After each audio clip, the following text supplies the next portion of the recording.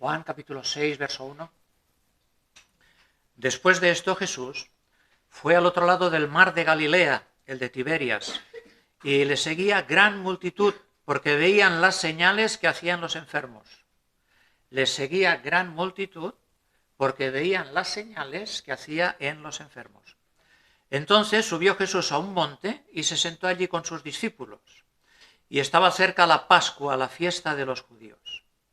Cuando alzó Jesús los ojos y vio que había venido a él gran multitud, dijo a Felipe: ¿de dónde compraremos pan para que coman estos? Pero esto decía porque él sabía lo que había de hacer. Felipe le respondió: de 200 denarios de pan no bastarían para que cada uno de ellos tomase un poco. Uno de sus discípulos, Andrés, hermano de Simón Pedro, le dijo: aquí está un muchacho que tiene 5 panes de cebada y 2 pececillos más. ¿Qué es esto para tantos? Entonces Jesús dijo: haced recostar a la gente. Y había mucha hierba en aquel lugar, y se recostaron como en número de 5.000 varones. Y tomó Jesús aquellos panes, y habiendo dado gracias, los repartió entre los discípulos, y los discípulos entre los que estaban recostados, asimismo de los peces cuanto querían. Y cuando se hubieron saciado, dijo a sus discípulos: recoged los pedazos que sobraron, para que no se pierda nada. Recogieron pues y llenaron 12 cestas de pedazos, que de los 5 panes de cebada sobraron a los que habían comido. Aquellos hombres entonces, viendo la señal que Jesús había hecho, dijeron: este verdaderamente es el profeta que había de venir al mundo. Pero entendiendo Jesús que iban a venir para apoderarse de él y hacerle rey, volvió a retirarse al monte él solo. Empiezo por el final. Como este nos ha dado de comer, qué buenos son que nos llevan de excursión. Como este nos ha dado de comer, hagámosle rey. Las votaciones, la democracia y Cristo al poder. Cristo no quiere votaciones, mis hermanos. Cristo no es una cosa de democracia. Pobrecitos de aquellos que a través de los votos, pobrecitos aquellos que a través de las votaciones son promovidos en la causa del Señor. Bueno, mis hermanos, para situaros, este es el único milagro que está en los 4 evangelios. O sea, leas Marcos, leas Juan, leas Lucas o leas Mateo, es el único milagro que vas a encontrar en los 4. Es un milagro único también porque nunca hubieron tantos testigos, nunca hubieron tantos miles de personas, dice 5.000 varones, pero hay que contar mujeres y niños. Entonces, nunca se hizo un milagro en tiempos del Señor y a través del Señor delante de tantos testigos y aparte de tantos testigos tan públicamente. ¿Sí? Y nunca se había hecho un milagro a partir de algo que no existía, porque cuando se resucita un muerto, el Señor tiene un muerto. O cuando hay un enfermo, el Señor tiene un enfermo. Pero aquí la multiplicación, la comida, aparecía. Nadie sabe de dónde. Era creación. ¿Entienden? No era reparación, no era restauración, era creación. Y vean que Jesús pasó el mar de Galilea. Hay una canción, una alabanza bastante antigua que dice: el hombre de Galilea va pasando, va. El hombre de Galilea, el Señor Jesús, porque era Galileo, él va pasando. Él no se detiene en ningún lugar. Él no va detrás de nadie. Él no hace tarrillos a la gente, como muchas veces se quiere hacer en las iglesias. Parece que estamos vendiendo al Señor. O por favor, reconoce al Señor en tu vida, por favor, dale al Señor Jesús lugar, porque si no, mira, Jesús es como, perdón el ejemplo, es como si fuera un pollito mojado en un día de lluvia, que está fuera y si tú no le dejas entrar va a pillar una pulmonía. No, este no es Dios. Jesús no va detrás de nadie. Él es el buen pastor. Y el buen pastor no va detrás, va adelante. Eso no quiere decir que Él no tiene misericordia, eso para nada quiere decir que Él no es compasivo, lo que quiere decir es que el Señor no echa perlas a los cerdos, ni discute con la gente, ni se queda allí donde no le quieren. Esto es lo que estoy diciendo. O sea, no es que yo le haga un favor a Jesús cuando viene a mi vida. El favor me lo hace él a mí. Aunque a muchos da la sensación de que el favor lo hacen ellos, es el Señor quien nos ha hecho un tremendo y eterno favor a todos nosotros. Y le seguía gran multitud, hemos leído, ¿por qué? ¿Por qué le seguían? Porque veían las señales que hacía. Y hoy igual. Hoy igual. Ya lo hemos dicho más de una vez. Si hoy aquí viniera el sanador internacional, esto estaría lleno. Pero hoy predica uno que ya lo conocemos todos, sea Mati, sea Efrén, sea el pastor Olí, quien sea. Y bueno, si hoy viniera el sanador, aquí no faltaba nadie. Por cierto, los viernes se está hablando de un tema fundamental, la familia. Yo no sé dónde estáis los viernes, pero me parece que nuestras familias necesitan que se nos informe de cómo hay que ser en una familia. Os lo digo. Y más en una iglesia donde hay disposición para ir a buscar a la gente cuando no tiene cómo venir. Se nos está dando de comer. El que dice que no quiere comer es señal de que no lo necesita. Porque cuando lo necesitas, vas a comer, ¿sí o no? Bueno, dicho esto, seguimos. Fijaros cómo es el Señor. El Señor sabe todas las cosas. Y Él sabía que la gente le seguía no por lo que Él era ni por lo que Él predicaba. La gente le seguía porque quería show. La gente le seguía porque quería milagros. La gente le seguía porque dice, con este comeremos, o con este beberemos, o este nos sanará. Pero no les importaba la palabra. No les importaba la persona del Señor. Querían la bendición, pero no querían al bendito. Nosotros también tenemos que reflexionar por qué venimos a la iglesia y por qué venimos al Señor. ¿Venimos realmente por amor a Él o venimos por interés puro y duro? Por el interés te quiero, Andrés. ¿Por qué venimos? Porque si solo es por el interés, el día que el Señor nos salga por donde no lo esperamos, aquel día se va a acabar nuestro romance. El día que el Señor no nos dé las cosas como nosotros queremos que nos las dé, aquel día se va a acabar todo. Pero el Señor, aunque sabía que los miles de personas les seguían, y no por un motivo correcto, ¿qué hizo Él? ¿Los desatendió o los bendijo? Esto es muy importante, ¿sabéis por qué? Porque muchas veces uno puede pensar, como el Señor me bendice es que estoy haciendo las cosas bien. Cuidado. Cuidado. El Señor bendijo a miles de personas y de esos miles, el 95%, y me quedo corto, no iban con motivos correctos al Señor. Iban por puro interés. Iban por el show. Iban por la curiosidad. Iban por ver algo nuevo, por ver algo grande, no por estar con Él. Fijaros que los que querían que estar con Él no estaban abajo en el valle, estaban arriba en el monte, sus discípulos. Los discípulos siempre están arriba, montaña arriba. Los consumidores siempre están en el valle, en terreno plano. Bueno, recordad que Dios me bendiga, ojalá que sea porque hago las cosas bien, pero que Dios me bendiga lo que me indica es que Él es bueno. Eso sí, que no hay ninguna duda. Igual que de la misma manera que las cosas me vayan mal, no significa necesariamente que Dios esté enfadado conmigo, sino que a lo mejor Dios, como vamos a ver hoy aquí, Él me está probando. Me está probando.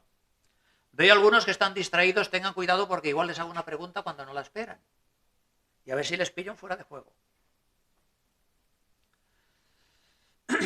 Dijo a Felipe, porque Felipe era de Betsaida. Dice, Felipe, ¿ves estos miles de personas? ¿De dónde sacaremos comida para que coma todo este regimiento? Pero dice la palabra del Señor que Jesús le dijo esto a Felipe, no porque el Señor no supiera lo que tenía que hacer, porque Jesús es Dios y Dios es omnisciente, Él sabe todas las cosas, sino que Él dijo esto a Felipe, ¿para qué? Para probarlo. Si lo dijéramos Jeremy de otra manera, ¿cómo lo podríamos decir en vez de para probarlo? ¿Cómo lo podríamos decir? ¿Pides comodín, Emi? Para ver si creía sinceramente. ¿Cómo podríamos decir, Pau? Para probarlo. ¿En la escuela qué te ponen a ti? Para examinarlo. ¿Es correcto o no? Para probarlo, para examinarlo. Entonces, cuando Dios prueba a alguien, cuando Dios pone un examen, que es para ver la nota que nosotros sacamos, porque Él no sabe la nota que vamos a sacar. ¿Para qué es el examen? Para que tú veas lo que hay en tu corazón. El Señor sabe la nota del examen antes de que la hagas. Yo no, pero Él sí. Pero lo más hermoso del caso es que el Señor no solo sabe la nota del examen, el Señor sabe cuál es el examen. El Señor sabe cuál es la prueba que te va a poner. Entonces esto es una gran ventaja, porque resulta que nosotros somos amigos del examinador. Nosotros somos amigos del maestro. Nosotros somos amigos del profesor. Y es bueno conocer al profesor que te va a poner un examen, ¿no? En vez de que te lo pongan extraño. Entonces hay que pensar, mis hermanos, que cuando viene una prueba, cuando viene un examen, ¿no, Jeremy? ¿Quién nos está probando, quién es? No es la suerte, ni la casualidad, ni la mala suerte, ni un accidente. Es Dios. Entonces, lo que le pasa aquí a Felipe, Alfredo, te llega una factura y no la puedes pagar. ¿Qué haces? ¿Sacas la calculadora como Felipe? Con 200 denarios no bastarían para alimentar a toda esta multitud. ¿Qué sacas, la calculadora o sacas la palabra de Dios?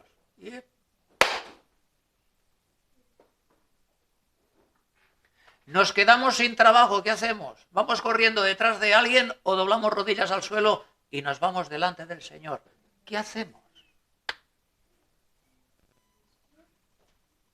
Porque ¿quién es aquel que ha dicho, te vas a quedar sin trabajo? ¿El gobierno? Quizás sí, pero no el gobierno. Los reyes y los gobernantes están en la mano del Señor. Y Él dobla su corazón para que hagan lo que Él quiere.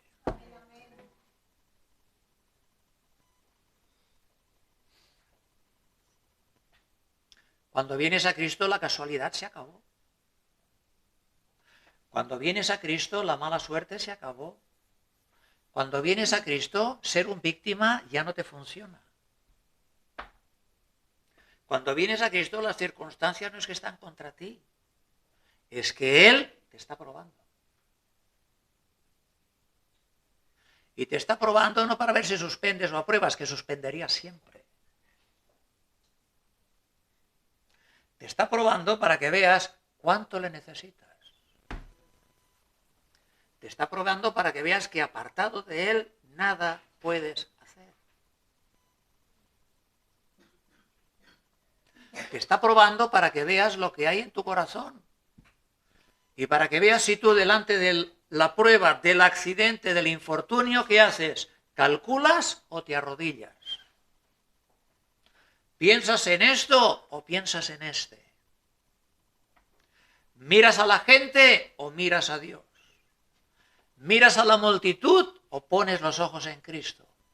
Lo de Felipe es para cada uno de nosotros.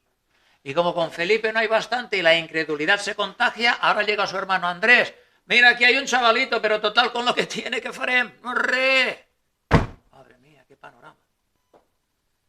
Si el Señor hubiera tenido que alimentar a la multitud con la fe de los apóstoles, la multitud se muere de hambre.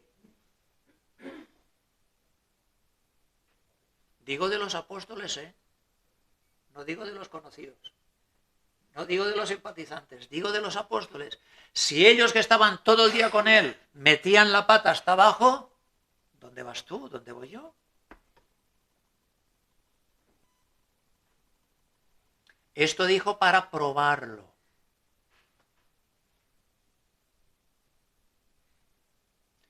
Tengo un problema, no tengo trabajo. Ahora el problema es que tengo demasiado trabajo. Tengo un problema, no tengo trabajo. Ahora tengo un problema, tengo 3 trabajos. Vamos a tener problemas siempre, ¿que no os dais cuenta? Y hasta que no aprendamos la lección, los problemas no pararán, porque Dios es fiel. Porque Dios es un buen padre. Porque Dios no quiere niñatos ni niñatas consentidos. Dios no quiere víctimas. Dios quiere un pueblo que sea sal y que sea luz. Y porque Dios nos trata como niños, nos trata como hombres y como mujeres. Que sepan dónde está la mano derecha y dónde está la mano izquierda. Gente que reconoce sus errores. Gente que sabe pedir perdón. Gente que en vez de echar la culpa al otro, cubre al otro y si hace falta dice, pónmelo a mí. Porque esto es lo que él, ¿qué? Tal cual. Por cierto, pensando en Jeremy, en Samuel, en Gaby, en Teo, voy así, ya más maduritos, lo ven, ¿no? Más maduritos, ya más hermosos. Pau, es decir, de Giancarlo, la hermana, si me dejó alguien. ¿A quién? Jonathan, Juliana, ¿dónde están? Ah, mira, Juliana. Es verdad, no te había visto. La había visto tan mayor ya que no la había visto. ¿Y dónde está Jonathan? Ay, Señor.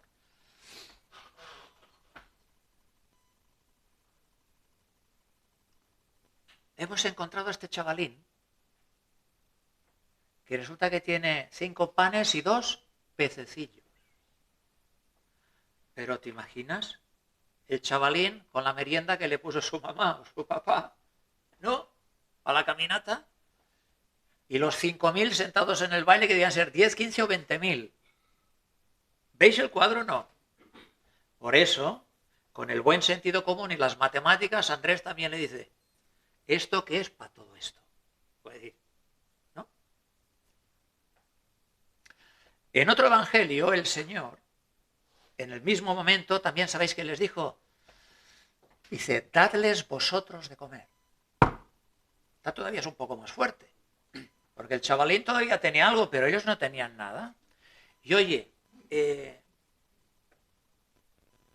pastor Mati se encarga de vez en cuando, me parece, y lo hace y el más bendecido es él, de tomar a algunos de vuestros hijos de la iglesia y de vuestras hijas y tener comunión, ministrarles, compartirles, preparar una comida, ¿no? ¿No estaría bien esta palabra también para todos los padres y madres de la iglesia con vuestros hijos? Dadles vosotros de comer. No solo vuestros hijos, sino Yaisel. ¿Por qué no invitas a Jeremy, a Samuel? Samuel con doble oración, pero lo invitas también a Samuel. O Yolanda, Carlitos, ¿por qué no invitáis a todos los niños de la iglesia y a vuestra casa y les dais vosotros de comer? ¿Por qué no? Los pastores no somos aquellos salvadores. Los pastores no somos los cracks. Los pastores normalmente más bien hacemos croc muchas veces en vez de ser cracks. Mis hermanos, dadles vosotros de comer. Algunos lleváis ya tropecientos años en la iglesia. Animaros a hacer algo. Tomar iniciativa. Abrir vuestras casas. Preparar una comida. Ahí tenemos una cocinera que hace unas paellas en la plana brutales. Niños, estáis todos invitados a casa de... Mira el Jeremy, ¿eh? Lo ha recibido por fe. Cuando queráis. No la dejéis escapar. No la dejéis escapar. Dale, pero lo que os quería decir. La semana pasada estuvieron Pili y Yolanda acompañando a Espe. Los apóstoles, Andrés se presenta con este chavalín que no sabemos ni cómo se llamaba. Dice, mira, este tiene algo pero no sirve. Pero el Señor tomó a aquel niño. Y la que lió el Señor con aquel niño. ¿Qué trato de deciros con esto? Que nunca nosotros tenemos ni la más mínima idea de lo que puede hacer el Señor con alguien cuando lo traemos a Jesús. Nunca. No que nosotros le comamos la cabeza. No que nosotros le persigamos. Nosotros no le vamos a convencer de nada. Sino, invítale, ya está. Mira, hoy está Juan aquí y me parece que ha invitado a su novia o la novia se ha invitado a ella. Bien hecho. Bien hecho. La puerta está abierta para entrar y para salir. Y Juan eso también lo sabe porque lo ha visto. De eso se trata, ¿eh? Nunca sabemos qué puede hacer Jesús con una persona que traemos. No tenemos ni idea. Mirarte en este caso. Y por cierto, padres, siendo ya niños, de lo que hablamos hoy, el muchachito, no tenéis ni idea de lo que puede hacer el Señor con la palabra que vosotros le deis a vuestros hijos en casa.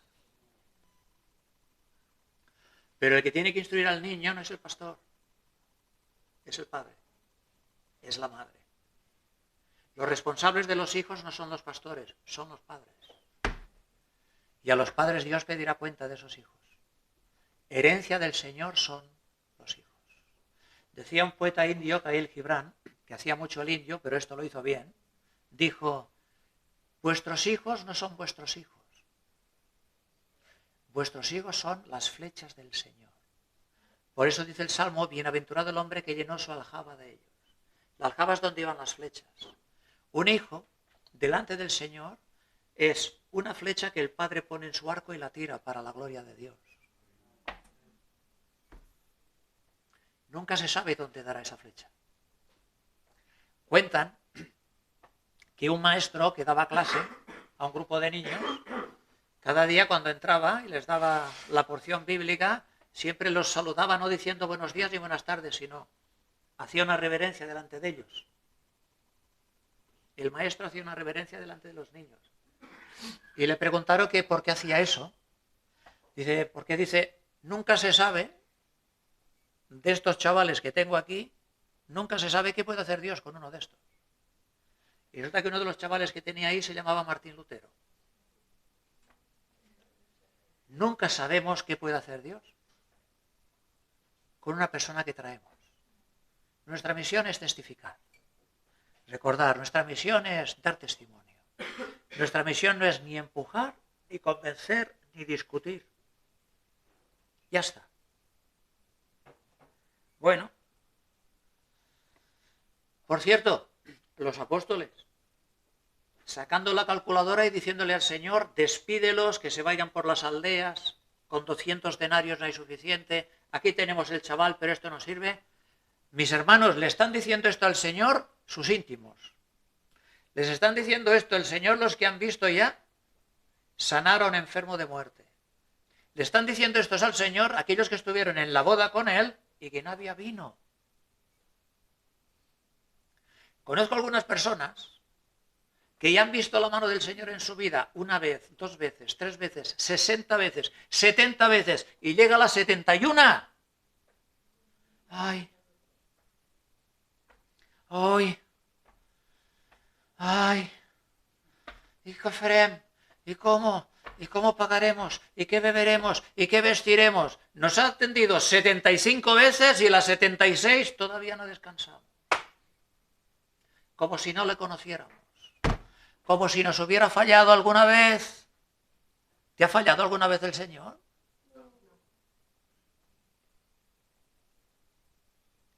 Y el Señor no le pegó la bronca ni a Felipe, no le pegó la bronca ni a Andrés.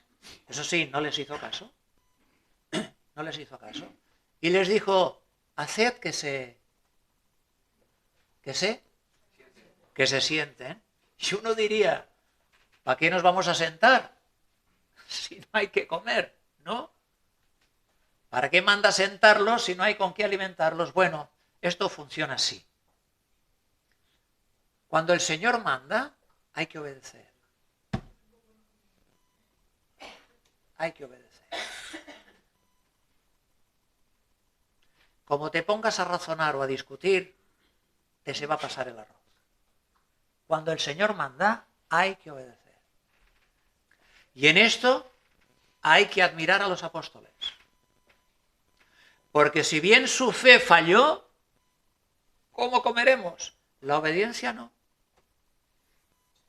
Decidles que se sienten. Hicieron sentar a miles de personas. Eso no fue que uno se puso las manos aquí y dijo, ¡darse! Porque en otro evangelio dice que en grupos de 100 y en grupos de 50. Obedecieron. Con lo cual, mi hermano, si tienes una fe débil, O dices que mi fe no me alcanza, aquí tienes el remedio para que la fe débil se haga fuerte. Obedece lo que te manda el Señor. Así se fortalece la fe, obedeciendo la palabra de Dios. Porque la fe viene por... ¿Y el oír? Pues bueno, te falta fe, obedece a la palabra de Dios. Y la fe se fortalece. Punto 1. Punto 1. Hay que sentarse porque el Señor lo manda. Punto 2. Hay que sentarse porque Dios es Dios de orden. En la mesa hay que estar sentados. El Señor, cuando mandó a su pueblo que salieran de Egipto, no les dijo, cuando escuchéis el timbre, salir corriendo, como la canalla en el recreo. No. Salieron en filas y a 5. Lo podéis leer en Éxodo. Dios es Dios de orden. Y cuando en medio de una reunión, cuando en medio de una iglesia, cuando en medio de una predicación, cuando en medio de un culto, hay 4 o 5 orando a la vez, o hay confusión, ahí el Espíritu Santo es difícil que tenga el control. ¿Por qué? Porque Dios no es Dios de confusión, sino de paz. Y por último, hay que sentarse porque el Dios y la iglesia no es el McDonald's. En este mundo todo el mundo va corriendo de aquí para allá. Y en este mundo la excelencia no es lo bien que se hace una cosa, sino cuán rápido se hace. Repito, en este mundo la excelencia hoy no es lo bien que se hace algo, sino quién lo hace primero. Pero Dios no cambia. Y Él sigue tomando su tiempo para hacer las cosas con todos y con cada uno de nosotros. Así que hay que sentarse. En la mesa hay que estar sentados. Mis hermanos, no comáis de pie. Mis hermanos, no comáis como animalitos que les ponen la comida y no dan ni gracias a Dios. Tomad un momento y reconoced que coméis por la gracia de Dios. Porque Dios es el que pone el plato en la mesa. Yo puedo trabajar 24 horas al día, pero si Él dice no llueve, el campo no va a producir. Y la lluvia viene de arriba. Y todo don y toda buena dádiva viene del Padre de las luces. Claro que tengo que trabajar. Ya escuchasteis el viernes, Dios nos puso en un jardín a trabajar, no en la playa.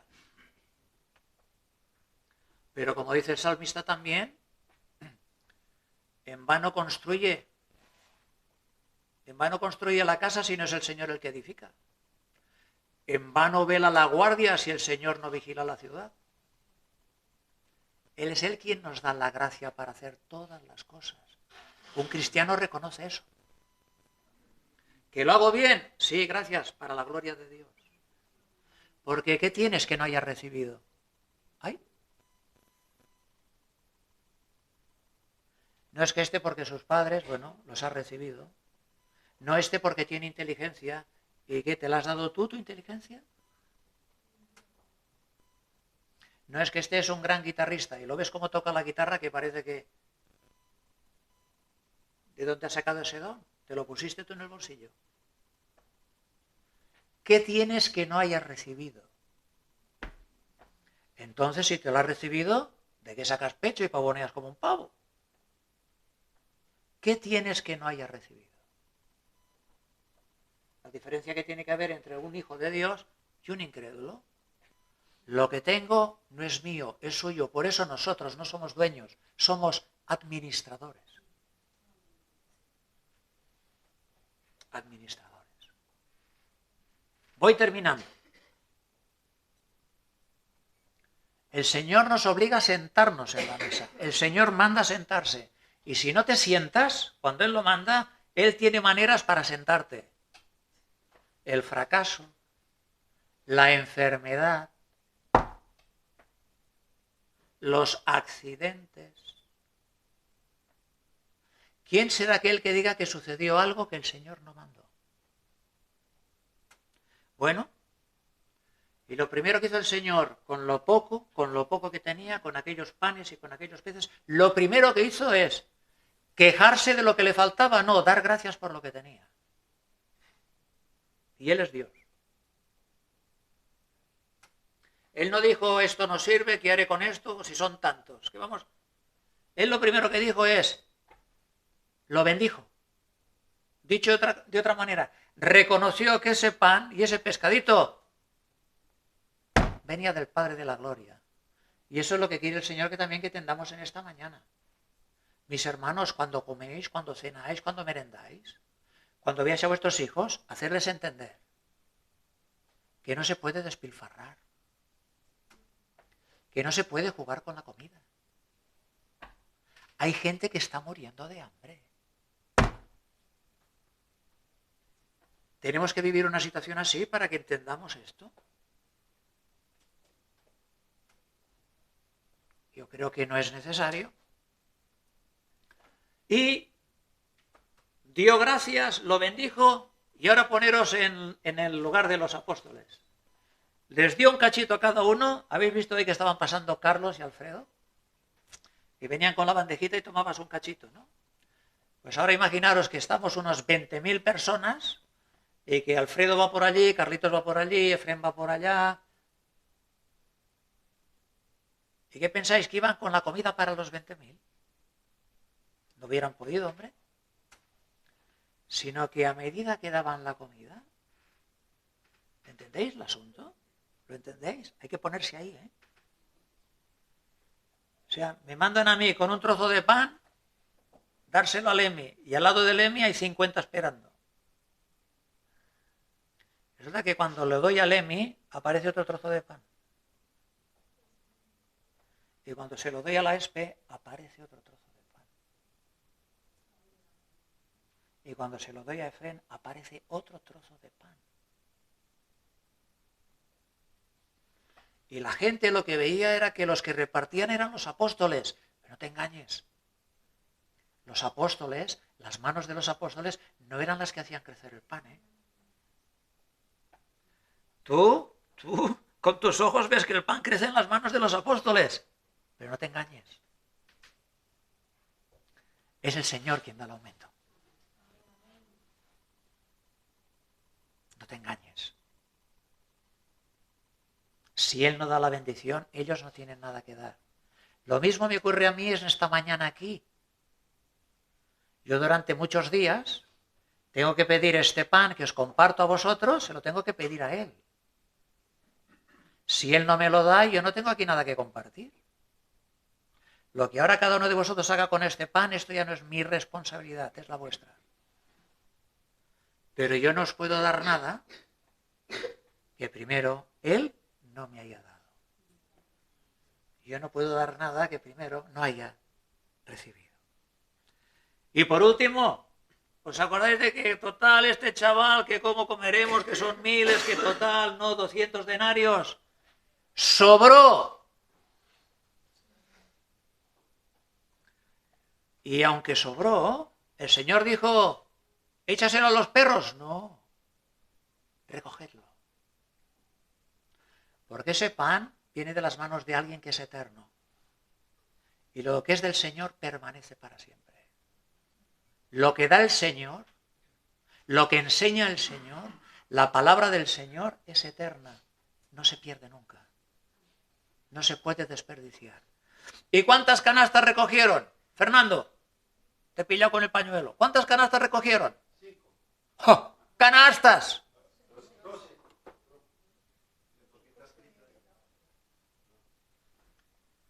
12. ¿Cuántos apóstoles hay?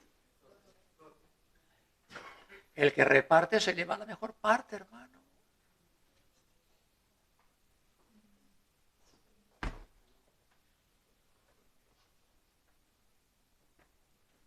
Si tú estuvieras repartiendo y viendo que la gente se está poniendo a gusto, y tú repartiendo y repartiendo, cuando ya llevas horas repartiendo entre miles de personas, dices, ¿y a mí quién me da? Mis hermanos, con el Señor, un buen dador nunca es un perdedor. No lo olvides. Con el Señor, un buen dador nunca es perdedor. No, pero es que yo di, porque en la iglesia esta canción la cantan 800.000. Es que yo di esto a la iglesia, yo di, y estoy hecho puré. Pues tú no lo diste para el Señor, mi hermano. Tú lo diste para ser visto. Tú le diste para recibir alabanza de los hombres. Tú diste para salir en la foto. Tú diste para que te pusieran la medalla, ¿qué quieres? Ya tienes tu recompensa. ¿No lo dice el Señor también? Lo que tú des para Él no es deudor de nadie. Echa tu pan sobre las aguas, que al cabo de los días, cuando Él diga, tú lo encontrarás. No hay nadie que dé para la gloria de Dios y que tenga queja, mi hermano. Si tú tienes queja de lo que has dado para Dios, tú no se lo has dado a Dios. Tú, aunque en la foto parecía que dabas, tú lo que estabas era recibiendo. ¿Sí? Entonces fíjate, los apóstoles, los últimos, los primeros, y una cesta para cada uno. Los que repartieron, no perdieron. Los que reparten con liberalidad, y esto lo podéis ver en Proverbios. Mirad, mis hermanos, la Biblia, después de la obra del Señor, de lo que es nuestra salvación y nuestro estado, la Biblia es el libro de este mundo que más habla del dinero. ¿Sabíais eso? Y en la Biblia hay principios infalibles que si tú los crees y los pones por obra, Dios te asegura que en tu casa no faltará lo que necesites. No como estos que predican de la prosperidad. Haz esto y da 50 que el Señor te dará 500. No, hombre, para eso tienes los bancos. Y los bancos tampoco lo hacen. Dios no es Papá Noel. Dios no comercia con nuestro egoísmo. Dios quiere generosidad. Porque Él ha sido generoso con nosotros. ¿Sí? Entonces, reflexión final. Y vais a ver ahora para dónde vamos con el barco en medio de este mar. Y mirar la empanada que podemos resolver en esta mañana aquí. Y será casualidad que en esta mañana aquí esté José Nula. Y será casualidad que esté Juan, que marcan un principio y un final de una etapa para esta iglesia. Porque Juan fue de los últimos que entró cuando nosotros estábamos en aquel tiempo allí. Y José Nula fue después de Isa, que también está aquí, el que estuvo un buen tiempo. Bueno, Juan también creo que ha estado un buen tiempo. Algún día nos contará. Fijaros, veréis por dónde van los tiros. Vamos a la práctica. No, como se decía el viernes. No, a mí dame práctica, mi teoría. No hay nada más práctico. A mí me enseñaron en la universidad, ni siquiera con la Biblia, en la universidad me enseñaron que no hay nada más práctico que una buena teoría. ¿Lo pillas? Porque si quieres hacer una casa pero no tienes el plano, Raúl, ¿cómo la fe? Y aparte, cuando tienes la teoría la puede aprender este y aquel. ¿Y cómo vas a hacer la práctica si no sabes primero lo que tienes que hacer? Pues bueno, vamos a la práctica. Hoy el Señor nos enseña y nos ha demostrado que Él tiene poder y autoridad para acabar con el hambre así, ¿o no? ¿O no? Hizo así y comieron miles de personas. Y lo mismo que comen miles, pueden comer miles de millones. Él es omnipotente. No solo es omnisciente, sabe todas las cosas. También es omnipotente, puede con todo. Entonces, ¿os han hecho alguna vez esta preguntilla? Si el Señor existiera, si Dios, los niños que mueren de hambre, ¿lo habéis escuchado este cuento alguna vez? ¿No? Como que encima todavía acusan a Dios. Acusan a Dios de nuestro pecado. Bueno, pues si hoy hemos visto en esta mañana que Dios tiene poder para acabar con el hambre. Y no solo con el hambre, con la enfermedad podría acabar también o no. También. Y con la injusticia podría acabar o no, Miriam. Y con las guerras, ¿qué podría acabar, Francés? Entonces, si uno no tiene un poquillo de discernimiento espiritual, si Dios es tan bueno, si Dios es tan justo, si Dios tiene tanto poder, ¿por qué no resuelve todo esto? Porque si pudiéndolo hacer no lo hace, ¿no, Héctor? Si pudiéndolo hacer no lo hace, este Dios es injusto. Pero mis hermanos, es cierto que Dios no lo hace, porque hay una guerra, ¿no?, cerquita de aquí. Y hemos tenido ya 2 guerras mundiales. Y hay en este momento gente muriendo de hambre, ¿o no la hay? Pues mi hermano, si yo creo que Dios es un Dios de amor y de misericordia y están pasando estas cosas, lo que Dios me quiere enseñar es que estas cosas que pasan, muertes, injusticia, hambre, no son el problema, sino que son las consecuencias de un problema. Vuelvo al ejemplo, yo sé que me repito más que el ajo, pero vuelvo al ejemplo del doctor. Llaman al doctor porque hay un enfermo que está saltando en la cama de un dolor en el vientre. Y va el doctor y dice, ¿sabes qué? Le meto una inyección de morfina y lo dejo liso. Y al acto se acaba el dolor, ¿o no? Hombre, y aquel paciente qué contento que se pone con el médico, para él ha sido su salvación. Pero ese médico ya os he explicado que es un criminal. ¿Por qué? Porque ahora imaginaros que ese paciente lo que tiene es una apendicitis, o tiene una infección, o tiene un cáncer en los intestinos. Resulta que él ahora está tranquilo, está bien, pero el cáncer sigue avanzando. La guerra, el hambre, la injusticia, los abusos, los robos, las cárceles llenas, los psiquiátricos llenos, que tengamos que dormir con 30 alarmas y con 40 cerrojos, indican que hay algo que no va bien. Indican, todas estas cosas son los síntomas, igual que el dolor del enfermo, pero la enfermedad no es el dolor que tiene, la enfermedad es el cáncer que está escondido dentro. Entonces el buen médico no solo tiene que calmar, no, el médico tiene que abrir y cortar y sacar. Y si hace falta después, sesiones de quimioterapia. Y eso va a doler. ¿Qué os trato de decir, mis hermanos? Que el hombre tiene dolor por las consecuencias de sus pecados. Y no quiere ese dolor. Pero aunque no quiere ese dolor, no quiere arrepentirse de sus pecados. Porque lo que realmente funciona mal en nuestra vida, por eso los robos, por eso las guerras, por eso las envidias, por eso los celos, por eso la injusticia, por eso el hambre, por eso el odio, por eso los prejuicios, que si los moros, que si los tal, que si los pum, que si los católicos, que si los protestantes, que si los del Madrid, que si los del Barcelona, que si los de fuera, que si los de dentro.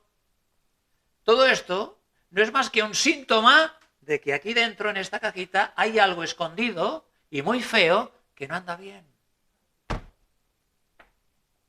Y Dios, que no cambia, sigue llamando a esto el pecado. El pecado. Y resulta que, mirad si estamos locos, que la mayoría de las gentes, la mayoría de las personas ha echado a Dios fuera de sus casas y de sus familias, y lo han echado, y encima de que lo han echado, le dan la culpa a él de lo que pasa en sus casas. ¿Lo puedes entender? Lo han echado una patada de sus casas, lo han echado una patada de los colegios. ¿Habéis visto cómo están los colegios? ¿Habéis visto cómo están los institutos? Eso ya es un zoológico, con perdón de los animales. Lo hemos echado fuera y después de que lo hemos echado fuera, el que está fuera le vamos a decir que tiene la culpa de lo que nos pasa dentro. ¿Quieres mayor locura?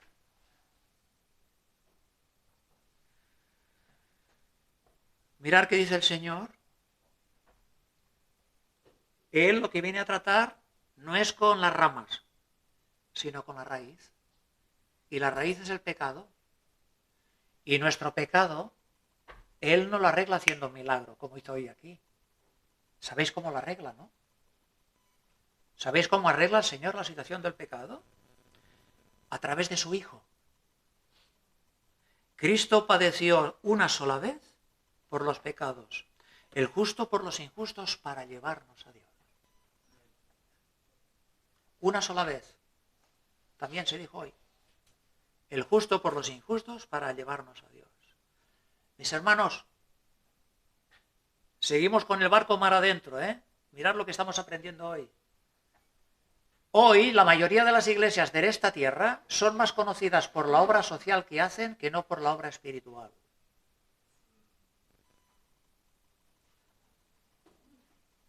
Y normalmente lo que dan ni siquiera es suyo, es del banco de alimentos. Y la gente también puede pensar que la iglesia, mira qué buenos que son, que nos llevan de excursión, nos dan cosas. Nos dan cosas que se las dan a ellos. Y aunque se las dé el banco de alimentos, quien se las da al banco de alimentos también es Dios. Pero no os confundáis, hermanos. La iglesia no está en esta tierra para hacer obra social. Porque si hacemos obra social, vamos a arreglar problemas sociales que hoy tapas por aquí y mañana aparecen por allá. Porque lo social es terrenal, es temporal, no se acaba nunca. La obra que hace la iglesia no es temporal ni terrenal. La obra que hace la iglesia es espiritual y eterna. ¿Cómo? Predicando el evangelio. Porque a través del evangelio se da a conocer a las personas que el problema está en la caja, que el problema está dentro, el problema no está fuera. Que Jesús no ha venido a cambiar al mundo. Jesús no ha venido a cambiar la sociedad. Jesús viene a cambiarte a ti, si quieres, que te está hablando hoy. No trates de cambiar el mundo, cambia tú. Y si cambias tú, aunque no cambie el mundo, tú vivirás en un mundo diferente. Eso es lo que quiere Jesús. Pues Él tiene un pueblo, no tiene a todo el mundo. ¿Por qué? Si yo lo supiera, estaría sentado con Él y no lo estoy aquí contigo. Entonces recuerda. ¿Pero qué pasa con la obra social en la iglesia? Que la iglesia parece que así se cuelgan muchas medallas. Son vistos, ya tienen su recompensa, ayudan aquí, ayudan allá, pero todo esto delante de Dios no sirve. ¿Por qué? Porque la propia iglesia, que tiene que estar diciendo la realidad del asunto, no está tocando el verdadero asunto para no enfrentarse con la gente. Porque dar de comer a la gente te darán las gracias, pero decirle a la gente, tienes pecado, arregla tu pecado, te vas de cabeza al infierno. ¿Quién quiere escuchar eso? ¿Quién quiere escuchar eso? Yo que soy tan buena persona. Y yo que cuando salgo a la calle las nubes bajan para que yo camine sobre ellas. Yo tan buena persona, si no fuera por mí este mundo no podría funcionar. Si yo te contara quién soy, cuéntaselo al Señor quién eres tú y Él te contará quién es Él. A los que estamos aquí, que nos llamamos cristianos, que nos aprieten un poco el zapato, veréis quién somos. Que nos corten el suministro 15 días seguidos, verás quién eres. Verás quién eres.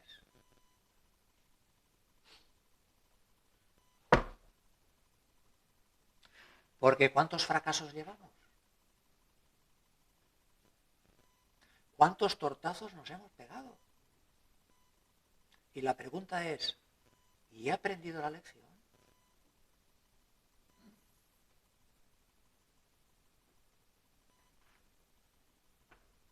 No, si yo supieras por lo que he pasado, que no podrías salir aquí de los que estamos y repartir Kleenex. Eso sí, primero repartir un buen lote de Kleenex para llorar todos juntos, ¿no? Lo que hemos pasado cada uno. Pero el Señor al final te diría, bueno, sí, has sufrido mucho, pero ¿qué has aprendido de lo que has sufrido?